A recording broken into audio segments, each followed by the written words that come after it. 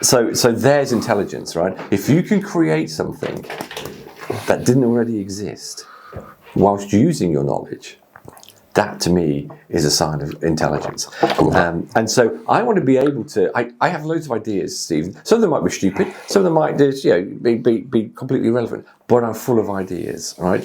And I just want to get things out there. So this whole thing around radio, Zoo Radio, this whole thing around Funky Bear and everything else that I want to get out there, I want to promote. I want to give people that swagger. I want people to believe in what they do, right? And have that belief and go, yes, I am. I want to make them feel like a rock star. Like an I am statement. I love that. Absolutely, right? Without being arrogant, but just puff that chest out. So good. And go, do you know what? Absolutely, I believe in what I do, right? I don't want to be flannel. I don't want to blow smoke up their backsides and everything else. I want them to believe in what it is that they do and have that swagger that they can sit there and go, absolutely, I believe in it, right? Oh, really? And if I can help them with that, absolutely, brilliant. I mean,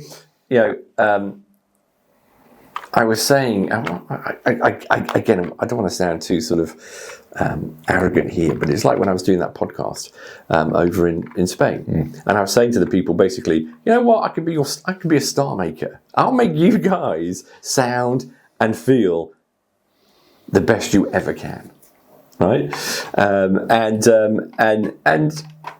not I want to be up front. It's not that I don't want to be centre of attention, but I want to be recognised for what it is I'm doing to help you get to that point. I love that so much. And a lot of people might look at it and go, well, you're a people pleaser, right? All you're looking for is just that kind of recognition, that kind of acceptance that what you're doing is great and everything else. I'm not one of those guys who wants to be at the front of it all. Yeah? There are some people, like those rock stars, for example, who want to stand up on stage and want to have that adulation of the crowd and everything else. I've never wanted to be the front man, right? Yeah. I want to be the guy that enables the front man, right? Yeah. So that he wouldn't be where he was without me, but I don't want the sort of notoriety of being that front man. So good that. It's fascinating what you said about Moyles. So he's been around for years, right? Yeah. I would say one of the best radio presenters, definitely of the last 20 years. And I was always fascinated by him because he went through a bit of a transition. He went into TV and then came back, and then he had a bit of a re-emergence with Radio X and all that. And then he's got that radio sort of set up that feels like his. But at the same time, he's streaming it everywhere. He's got a look to it. He's got a feel to it. But it's still at the core of it. It's a radio show. Absolutely. And the other one is Chris. They're all called Chris Evans. Chris Evans. Yeah. Okay? You look at what that guy did through the 90s. So when I'm talking about this kind of Zoo TV and what U2 did with all this kind of stuff, you then had Chris Evans doing Tier 5 Friday. Yeah. Right? Yeah.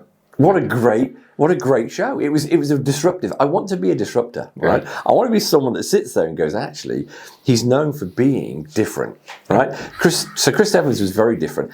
Again, he went off the rails a bit, right? He got a little bit too big for his boots and everything else, but I could listen to him because he's not run-of-the-mill. He's not kind of like just plodding along, boring and everything else. So you can love him or hate him, right? And I like that kind of mix. Some days I might hate him. Yeah. Right, because I don't. But other days I can go genius, right? Yeah. And so that's good. That's good because at least you got an opinion. That's the polarizing thing of he's not my cup of tea all the time, but I can listen to his opinion.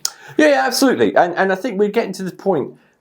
I don't know whether it's because I'm feeling like this because I feel that as a society we've gone a little bit too soft. Yeah. Right? And we want to try and please everybody. And we're too scared to say something that someone might go, you've offended me. Oh, yeah. Right? And so I think because of that, we've kind of become sterilized.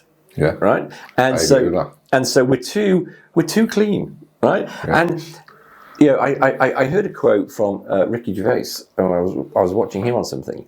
And he said, just because he says something that you're upset about doesn't mean it's wrong. Right?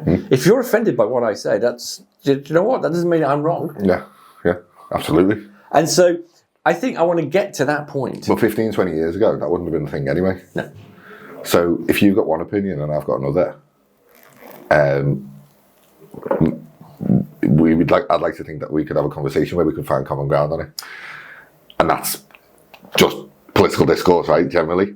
So this kind of comes to this whole thing around common sense, right? And where common sense. So just to give a bit of context on this, because the cameras will all know. Yeah. Where common sense fails. Yeah. I love this concept. Yeah. Where did it actually come from? Where was that born? So this podcast that we came up with. So it started in COVID. I was still going to work every day. The staff were furloughed, and I was in my office and thinking, what am I going to do? Right? This is it's just boring. No one can do anything. And I have a good friend of mine. I've known him since I was 12, and we were having a bit of a chat. And he's a therapist. And so we sat there and we were just chatting one day about COVID and about how silly things happen. And he said, you know what, Chris, why don't we do this podcast, right? He says, let's talk about where people have made mistakes because of their common or lack of common sense, right? And I got straight onto this whole thing around why coffee cups had caution, contents may be hot. And it intrigued me.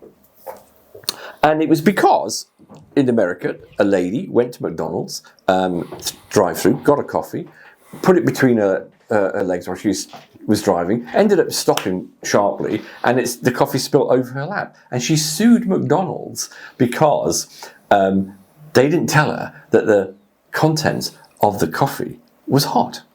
So she sued them for $6 million, right? And so McDonald's then thought, well, do you know what? We need to protect ourselves. So they were told, put on the lid, content may be hot, right? And as a common sense. And now to you and I would go, well, of course the coffee's going to be hot, right? And so this whole concept of, well, let's talk about things where common sense fails. So we came up with the idea, I have to credit Drew on this, where he said, where common sense fails, absolutely, because there's so many of them. And we can all think of common sense failures. Yeah. You know, even today, right? Yeah. When we think about, in political life especially, there's a lot where common sense fails. But in just your day-to-day life, we've got common sense failures, right? And so, and it's a theme that I'm trying to bring into a lot of my podcasts because whereas we had where common sense fails, so when we started it back in 2020, 21, we just started just like two guys chatting down the pub. Yeah. And we would throw in, silly anecdotes about where we've done failures. Yeah. Right. Even down to at the time I was single, and my dating life was just common sense failure. Right. I love it. And so I was doing things on dating apps and everything else, and then wondering why things were going wrong or I wasn't getting. And so people were then ringing up and saying, please, can we hear more about your dating life? And I got to the point where I thought, actually, people want to hear about my failures, right? Yeah. Because it maybe made them feel better, right? I don't know. So we did that, and we stopped it. We only did about 6 episodes, and we're looking to bring it back. So we've done a couple of recordings to bring it back, and so we're just building that up at the moment. But what we do, and a theme that I have through a number of other podcasts that I do, is I have a little segment now where it's a common sense failure. So when I get guests coming on, they've got to either give me a confession or give me a common sense failure, right? And so we get some jingles made and it comes up and they've got to come up with it. Because the feedback I've had is people going, we love it. We love this kind of concept of a common sense failure. Yeah. Because we're all human, right? Yeah. And so we're all going to have those things. And sometimes you can sit there and literally go, oh, no. Yeah, when I look back at my own journey in this business, coming out of COVID, I remember I had 4 or 5 social media accounts that I was managing at the time. Yeah. And it was really good work. I enjoyed it. It was good money for what I was doing. Yeah. And at the time, I was doing lots of video editing, but not much in-person video work because obviously everyone was locked down. Yes. It was COVID. So I was getting videos sent to me. I was editing and managing the social media.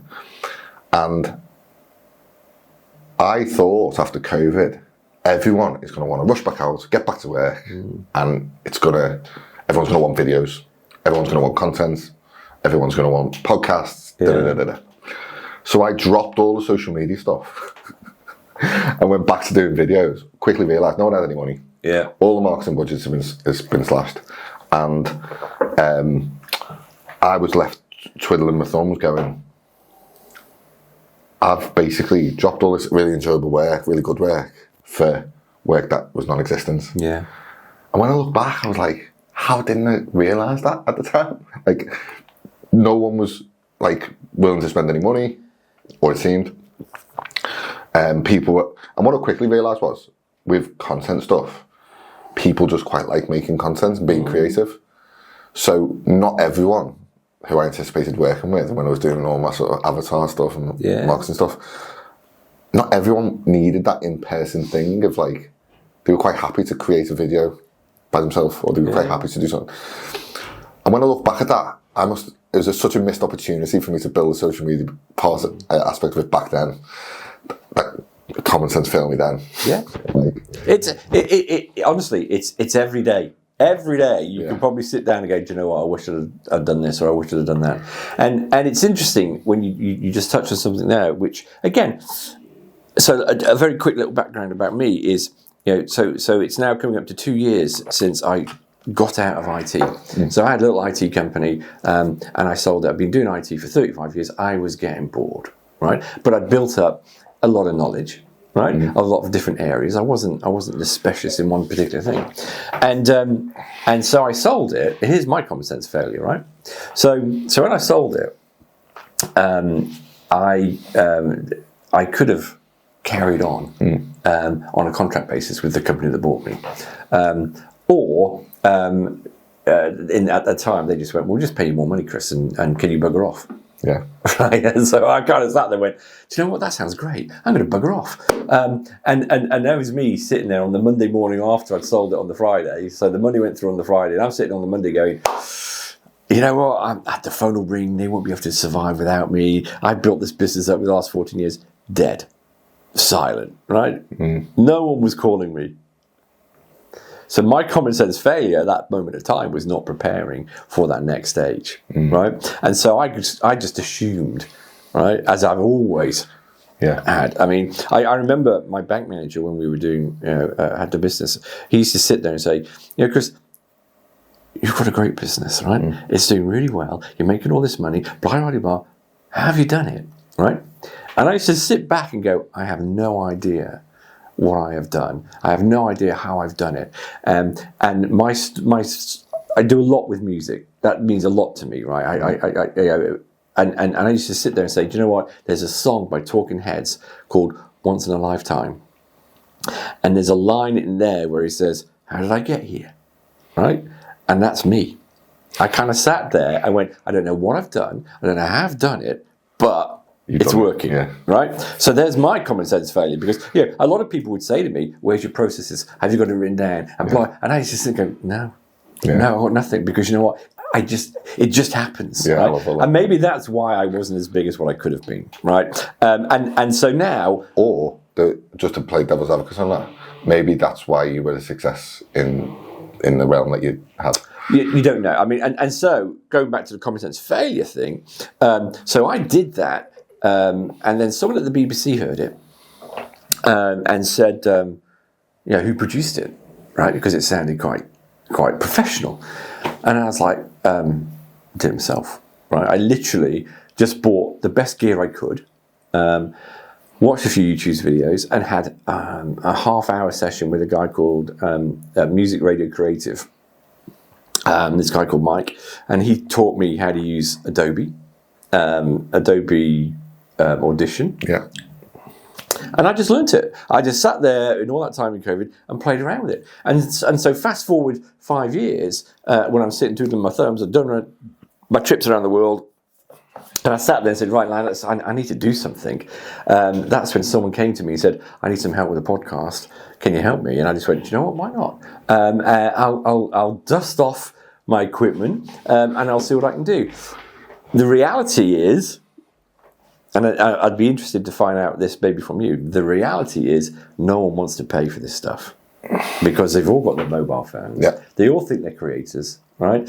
And so they all think it's easy. Yeah. Right? You've now got AI and everything else. But, I'd like to think that what I do, well, going back to that whole kind of swagger thing, is I make it different for them, right? Yeah. You add that professional touch. You make them sound even better. Now, some people might sit there and say, well, I don't need to sound good. I don't mind having a few clicks in the background. I don't mind the old, do you know what I mean? Yeah. The dog barking as the walk. Yeah, just leave it there. Yeah. I'm happy with that. Which is fine, because especially when you then sit there and you start saying to people, well, it's going to cost you X amount. Because, again, time is money, right? So how do you make money out of podcasting? And so it's very difficult. I think you need to get the corporate clients in, because that's potentially where it is. And certainly from an audio perspective, I'm finding, again, people are probably sitting there going, well, so what, right? And so for me, it's all around sponsorship and advertising, right? And again, I don't mind. I'm going to mention it because I'm going to flog the backside out of it. And so when we properly did Hacienda Life, right? So when I started my business 6 months ago, I sat there and I was in a fortunate position where I didn't need to earn the money, right? So it was more like a hobby. But I thought I needed to do something to prove my worth, right? And to prove my abilities. And so I came up with this concept of, so I have a place over in Spain. It's on a golf resort. And it needed promoting. So I just thought to myself, what I'm going to do is I'm going to go out there and I'm going to create a podcast for the community, right? And I'm not going to tell them, I'm just going to do it. So I got a few adverts made up, some voiceovers and everything else. I approached a couple of people on the resort who I thought would make good presenters, and we went for it. All right, no script, no nothing, just proving I want to get back into the whole thing around audio editing and prove myself. And we became top 20 on podcasts, on the Apple Podcasts, right? So we went from nothing to being a top 14 in Spain, top 18 in the UK, top 50 around Europe.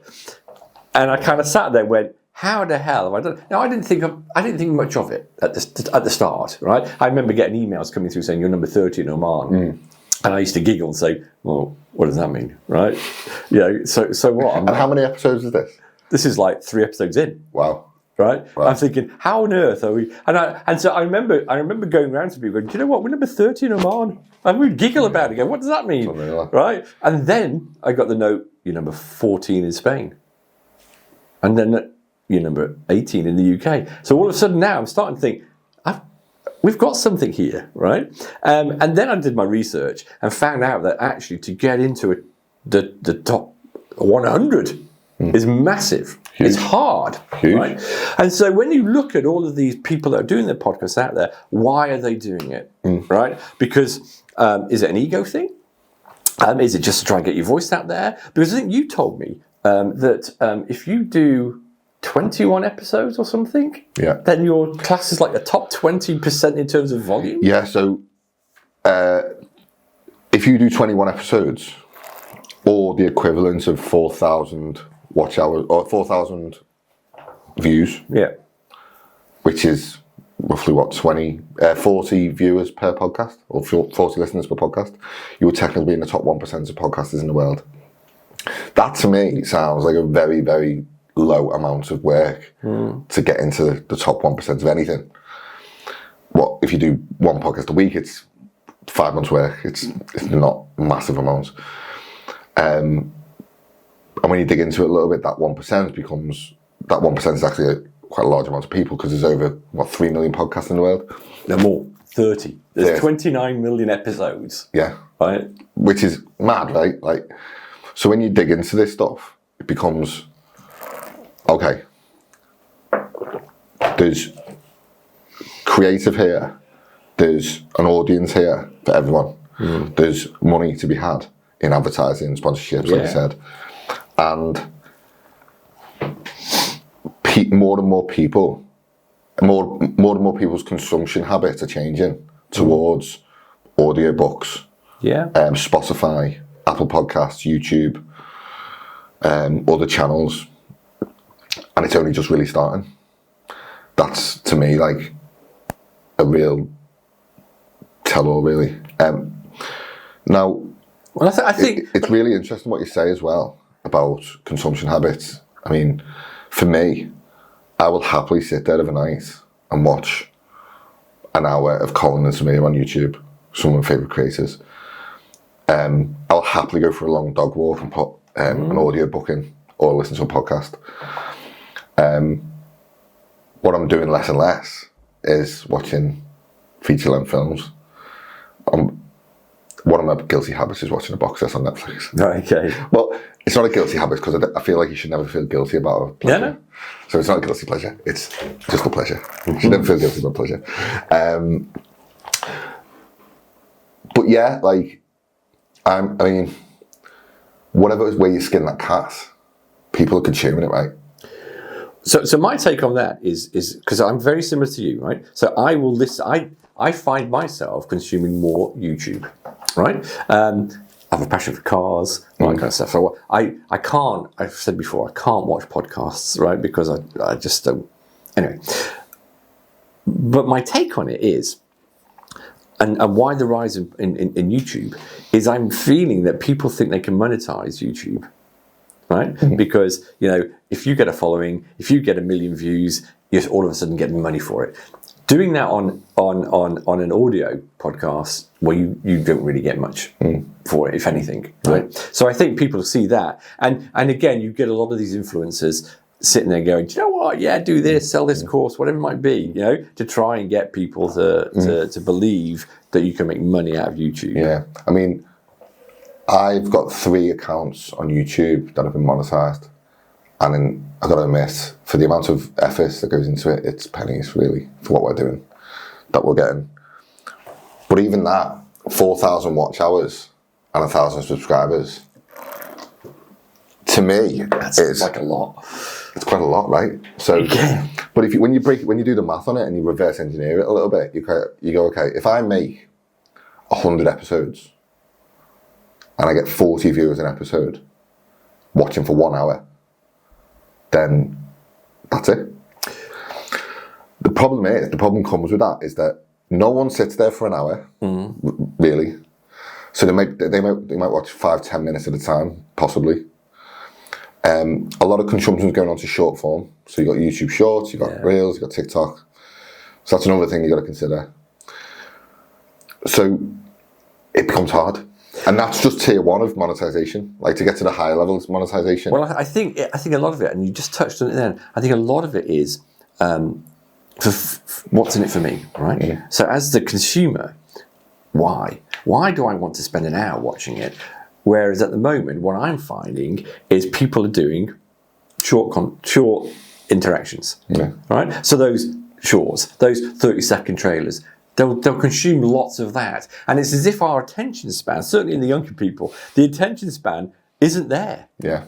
I just want to see it, hit it, it's done it, right, move on. 100%. 100%. So it's difficult. So I heard this thing on Twitter the other day. I keep calling it Twitter, it's X now, but it's Twitter to me. And I can't even remember who said it. It seems like everyone's working really hard at the moment. Everyone wants to hustle hard, work hard. But it's like if you tweak your terminology a little bit from work hard to focus hard. Because everyone seems to be working hard, right? But no one's got the focus to stick at a task for a bit long enough time period to actually make it a success. Now, I always say this, when I started the business a few years back, I was quite naive. So, if I'd have realised the volume of work that goes into even getting to where we are now, would I have done it? Possibly. But being naive to it actually helped me in a way, because I didn't realise the sort of volume of work. Anyway, we're at this point now where the business is actually going relatively well, and I can sit down with people like yourself who I can pick your brains, and people who've done more successful stuff than me before, and have a conversation like this. Now, people might consume 5 minutes of that and take a little soundbite out of it. I might clip this podcast off and make some like social media content out of it, and people might take a little bit of value from it that way.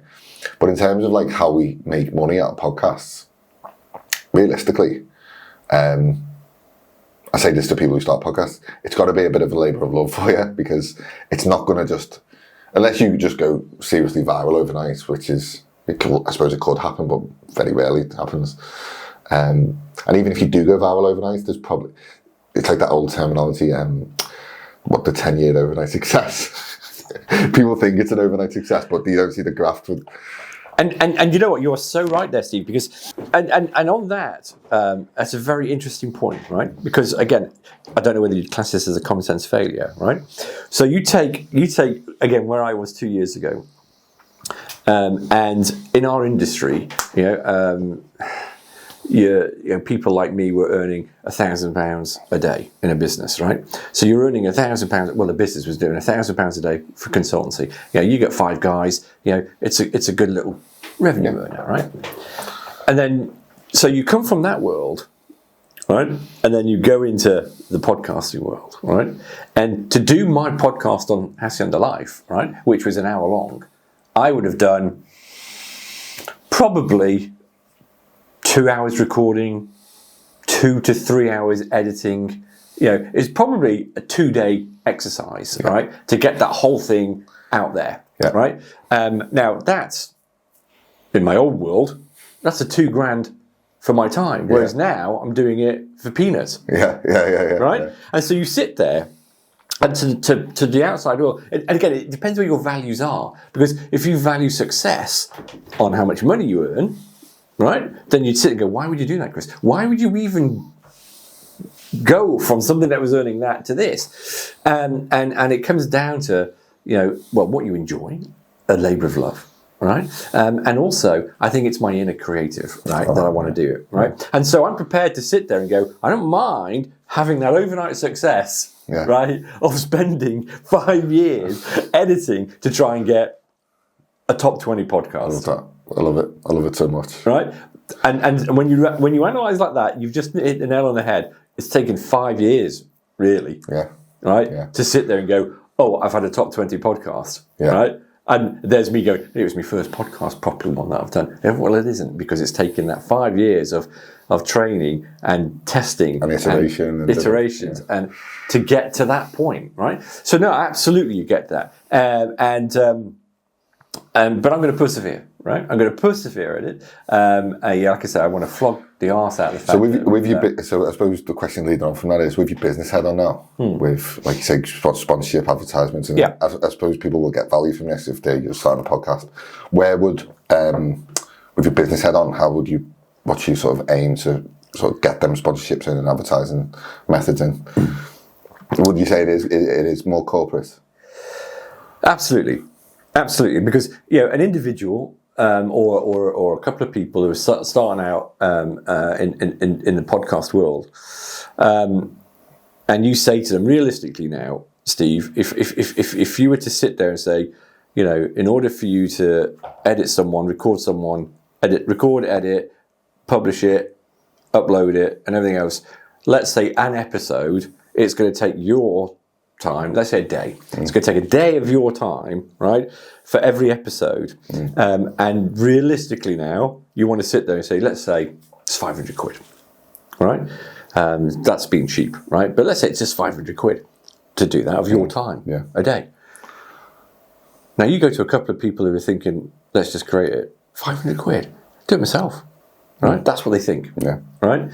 So, and they haven't got the money to do that. And when I've been doing my research and I look at some people that have done 300 podcast episodes, getting absolutely nowhere. Right? Yeah. Absolutely nowhere. But to them, they're still doing it because it's cheap and it's our ego and we're out there and they'll class themselves as an influencer or whatever it might be. Can you imagine, you're saying to them, it's going to, to do it properly, it's 500 quid an episode. They'd be like, absolutely no way. Absolutely no way. Which is why they sound unprofessional. Which is why it's I switch off after 30 seconds. But to them, right, they think it's great. I love it. And so all good to them. But it's what they want to get out of it. corporate life is a little bit different, right? Because they want to set themselves different to everyone else, right? It's a competitive environment. They want to get out there, and they themselves can monetize it, because by you charging them £500 a day, to do a series, an episode, that might generate them £10,000, right? So they can offset that. It's a marketing budget. It's getting them out there. It's getting people aware of what they do. So they've got a way of covering those costs, haven't they? So absolutely corporate, but also sponsorship, right? And again, when you read the stats about it, I don't know how much work you've done in looking into what people can charge for that. But it's peanuts again. It's $20. Depending on how many thousands of listeners that you've got. Yeah. Right. So again, how do you go to an advertiser to say, please advertise on my podcast, and I've got 300 listeners? Really? How's that going to work? So you have to have that traction in order to get that. I think sponsorship would be good. And again, I'm gonna flog the fact that we were a top 20, because we can sit there and say, look at the exposure that would have given you, right? Yeah. For sure. To get out there. Now, there are different types of advertising, as you know, right? There are those static ones where no matter when you listen to it, it will be the same advertiser. Yeah. Right? So 10 years down the line, you listen to that podcast, it's still the same advertiser. Well, they might be advertising a product or a service at the time where it doesn't exist anymore. 100%. Whereas the thing at the moment is, I don't quite know what they call it, you'll have the proper name for it, where it's kind of real time. Right, so no matter when you listen to it, you get an advert that is relevant. Yeah. Right, Yeah. so you're selling space. Yeah. Right, which is 20 seconds. Yeah. But if you listen to it today, you'll get a different advert to when you listen to it in 2 years' time. 100%. Yeah. Now I don't know how that works. That's not my field. Yeah. Right? No, I know exactly what you mean. And so. In order to get to that point, you've got to have the credibility. You've got to have something out there to offer those sponsors or whatever it might be, right? And this is where, with Funky Bear, we want to create this disruptive kind of environment. I want to create, and the danger I've got with that is, do people want to be associated with a disruptive technology or disruptive attitude? Sure. Because there might be some people out there who want to play it safe. Yeah. I just want to know, Chris, we just want, just want to be really safe. Or you might want to get some people that go abso-freaking-lutely. I don't think anyone's safe in terms of disruption, because you look at what Google, one of the biggest companies in the world, probably top 3 companies in the world. They are now being disrupted by ChatGPT in terms of search. So imagine you advertise, you're spending £1,000, like thousands upon thousands of pounds, hundreds of thousands of pounds a day on Google search, getting your websites to the top. All of a sudden, that advertising, you're going, well, people are not searching on Google so much anymore. I know my behaviour is changing towards ChatGPT in the main, but AI generally. And then you look at like Meta, Facebook, Instagram, WhatsApp, what they're doing with AI. They're trying really, really, really hard to compete with ChatGPT. Yeah. And they're spending billions on this stuff. And these big conglomerates are being disrupted, which it's hard to think how that can even happen when there's so much money involved.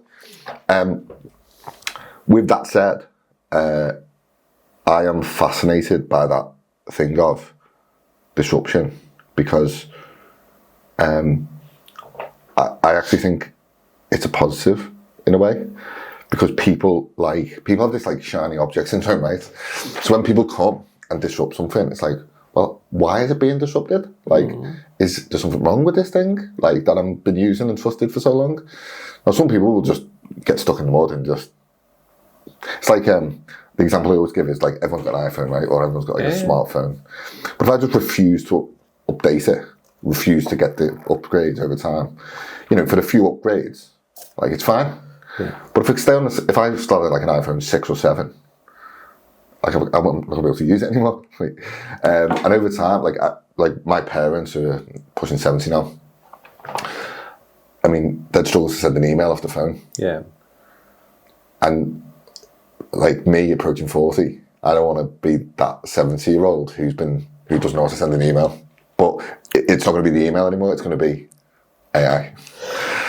Okay, so I got to. You don't mind me just talking about examples? Of course, right? yeah. Of course. I'm old enough, right, to sit there and go, Jesus Christ, some of the experience that I've gone through. But it's funny because, I'm in my 50s, right? I know you don't look it right, but I'm in my 50s, and Age is a state of mind, mate. I think when I started, I was just lucky that the school I was at when I was in my teens and home computing and all that kind of stuff really started in like early 80s, right? 82, 83. So I remember being at school and then getting Macs, right? And we were like the first school to get these Macs. And for some reason I clicked, right? It clicked with me. I wasn't academic, right? I wasn't the smartest kid out there, but for some reason I loved this binary code that I could use in these things that was sitting on your desk and I could make it do things. And I was engrossed, right? So I went down that field. So I understood how things worked at a very early stage of computing. And what I mean by that is you pick up an iPhone now, right? Or you pick up something and you go, I just want to connect to Wi-Fi, and you press a button and it does it all for you, right? Well, I had to learn in the early days what it actually does to do all that, right? So when people, and I'll bring up an example of a young lad. Well, he was 18 and he'd got a new PS5, and he wanted his mates to come around. They couldn't get it to work, couldn't get it on the Wi-Fi, and blah blah blah. Well, what's wrong with it, right? And I'm sitting there watching them, and I said, "Do you want me to have a look?" They're like, "You won't know, right? You're too old, right? This is like new stuff." Like, oh, okay. I'll just sit here and watch her then struggle. And they tried for an hour, couldn't get it to work. And so I went onto it and worked out, as you do, because I know how these things work, and got it working for them. To which they said, when they came back, and went, how is that? You're an old guy who knows how these things work, right? And so it's that perception of, people today, right, think that because you're getting old, right, you don't have that knowledge. Anyway, so it was just, for some reason I had this kind of ability to do that. Now, the reason I'm mentioning that is I remember reading, and again, this is the perception of people that think as you get to a certain age or as your business grows, you need to bring in specialist people who are going to help you grow and this, that, and the other. And you've got businesses out there making millions, right? Because they're telling you need their services, right? And so you sit there and you're like, oh, okay, yeah, I guess I do. And I was one of those guys who sat there and was getting frustrated because I was just a little guy, started on my own, and I'm sitting there thinking, why am I not £1 million, 10 million, 50 million, right? And it's probably down to my education and the fact that I didn't have that ability because I was more of a product guy. I was more of a guy that wanted to give solutions rather than how to run a business, right? And so I would bring in these advisors, right? I remember bringing in a few advisors who would come in and I'd talk to them and I found that actually they're not giving me advice at all, right? They're taking my ideas, right? And actually going, can I take that and use it somewhere else? And I'd sit there and go, why aren't you meant to be telling me how to grow the business? So I knew I had the idea, right? And these people that were coming in to advise me actually weren't any smarter than me, right? And certainly the ones that came in reading out of a book. Right? And I used to say to people, don't come in and tell me what to do. Come in and do what you say you're going to do. Right? And I'll pay you for that. And no one wanted that. No one wanted to be paid and take ownership. Yeah. They wanted to come in, tell me what to do, and it was like, I know you can make more money, Chris. Really? Yeah. Increase your sales, reduce your costs, and you'll make more money. Great. How do I do that? Oh, that's down to you. And you sit there and go, I'm paying you for this kind of advice, right? That's ridiculous. And I remember Steve Jobs watching an interview with Steve Jobs once, who again did exactly the same. Apple were massive, and he's thinking, I brought in all these consultants, Kinsey and everyone else who are telling me what to do. And he says, you know what? They didn't know what to do, right? They were just regurgitating stuff out of textbooks, right? And it wasn't working. And the other thing I always stuck when Steve Jobs said this, he says, why would you employ someone, right, and tell them what to do. I love that. And I sat there and I thought, he says, how are you going to grow your business if you are the one who knows everything?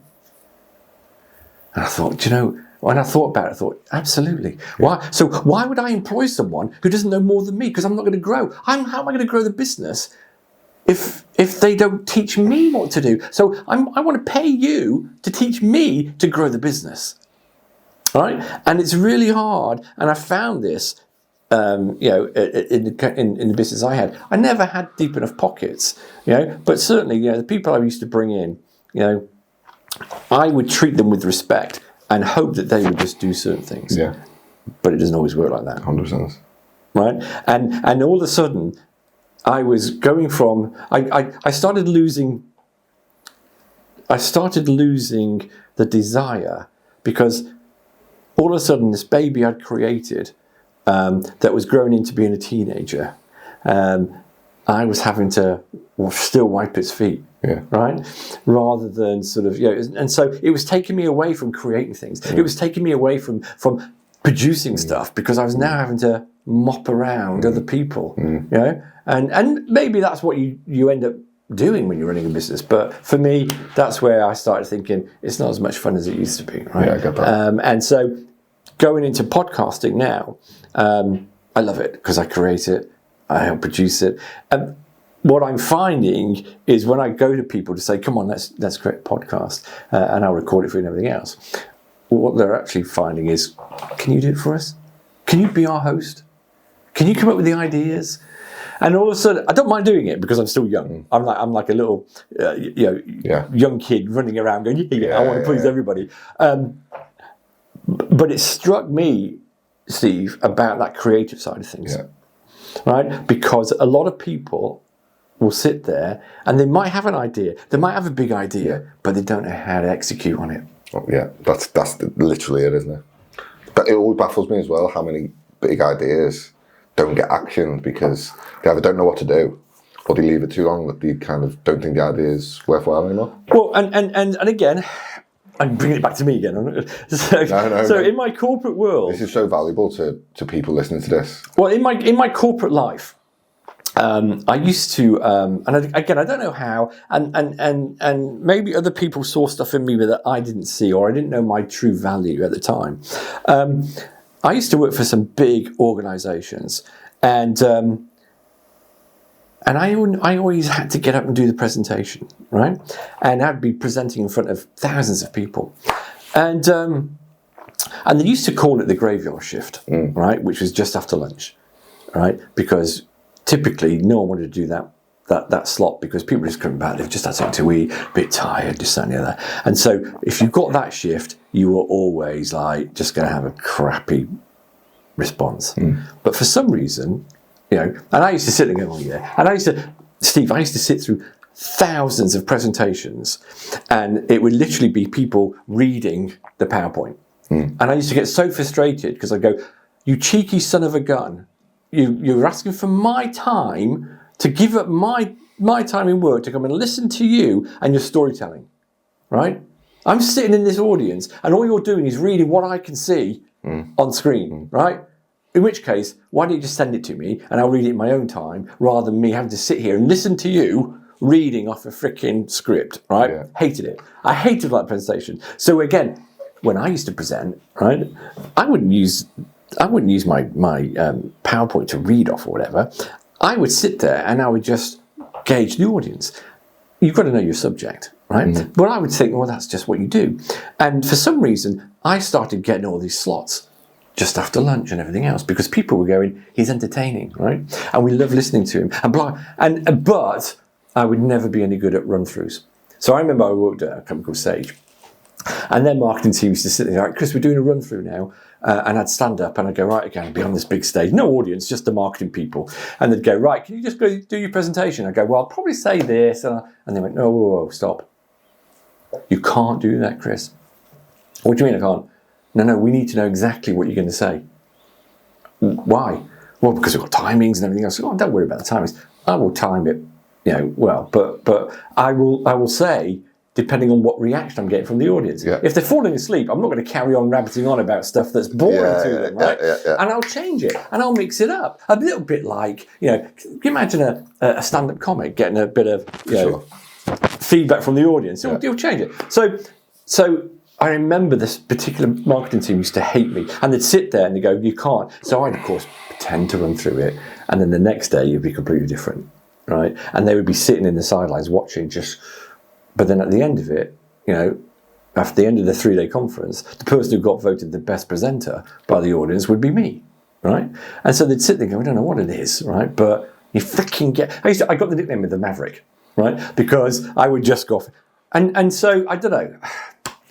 I don't know what it is, Steve, but, I think... And this is where, as much as I love AI, it's not the be-all and end-all. I love your enthusiasm for this. I love your passion, and that's what attracted me to do some work with you. We're running out of time. Well, I've got a theory on this. Yeah. So, I think it's clear that AI is going to play a huge part in our future. That's obvious. But I agree with you. It's not the be-all and end-all. No. And I've got this theory that, I've coined this term. I don't want to get sued in case it's trademarked. But I've coined this term creator-led business. Okay. What I mean by that is, I think the future of business generally is going to be creator-led. And here's why I think that. And people can disagree. And people can get stuck in the mud or stuck in the past, or I might be wrong. And when I say business is creator-led, I don't mean every business owner is going to be a creator. What I mean by that is, if we go back even 15, 20 years, I remember my first job when I left school, I was an architect for 5 years. And in the whole time I was there, I didn't know who the CEO was, didn't know who the managing director was, never really met them. I think they came into the office a few times over the course of 5 years. They weren't a face. And the company logo was everything. And the brand was everything. These days, of these multi-billion pound conglomerates, the personal branding of the CEO is everything. So you look at Meta now, Zuckerberg's out there, you see him doing jiu-jitsu, you see him on podcasts. He's a multi-billionaire, he's one of the richest men in the world. Bezos, he's driving yachts into a bloody barge. With supermodels on a boat, balling out of control. You see him going through like a skinny man in his 40s to a big buff 55-year-old man. Elon Musk obviously goes without saying what he's done. All the big companies now have a personal brand, and the example I always give is most people can say who Michael Jordan is, the ex-basketball player. Most people can say who Cristiano Ronaldo is, massive footballer.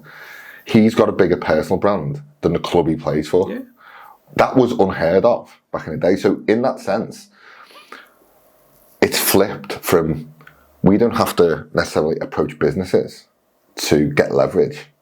Businesses, that still happens obviously, but businesses are approaching creatives to leverage their business, which is crazy to think, because it's people are paying to go on podcasts, people are paying for, influencer marketing, all that kind of stuff. And it's absolutely fascinating to me to see how this is playing out. Now, I might be wrong, this is just a hunch and an opinion, but I think... Well, no, I think you've got something, right? So when I was growing up in the business, again, because I had imposter syndrome, I probably still have it, right? And I didn't know I had that, because all I knew was I didn't have on paper the degree and everything else. So I felt I had to work harder to get so. And I got a big break when I got headhunted to come to Manchester. And I remember sitting in a room, and there was kids there, fresh out of university, and there was me. I'd started on a training scheme and everything else, and I'm trying to beat these kids. And for some reason I did, right? And then all of a sudden, when I get into the business, I'm going, right, we're the old people. Right? And the reason for that is I thought I'm going to glean everything I know from the older people back then. I'm talking 30 years ago. And so I would always find out what was going on. I'd work late and I'd get to know everything about business, right? So that the corporate, the chief and everyone else would sit there and go, he's got the business through and through. And so people used to say to me, why are you getting all the breaks? Why are you getting... And I'd sit there, and I love your term, which is the 10-year overnight success. right? Because I was sitting there going, because I'm here at 10 o'clock at night, right?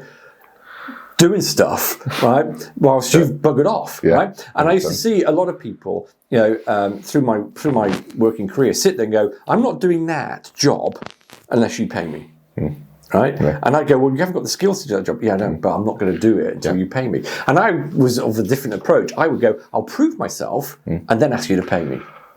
It's so, do you know what? I resonate with that so much. And I think now, you're quite right, because now, that sea change has happened where people are now going, it's all about me now, right? My brand, right? And I think you're right in that companies are now looking at that personal individual brand and coming to people and going, we want you. Yeah. Anyway. That's exactly it. I mean, I've suffered with imposter syndrome myself in the past. But what I quickly realised was, and I've went down a bit of a rabbit hole on this. Yeah. Imposter syndrome isn't actually recognised as a syndrome. So in my head, I was like, what is imposter syndrome? Because I'm feeling this thing where I feel a bit out of place, or I don't feel like up to the scratch with other people or peers or whatever. I still get that feeling to this day in some cases. And what I realised was, it's a skill thing. It's a bridging of the gap between, I've got to learn this thing.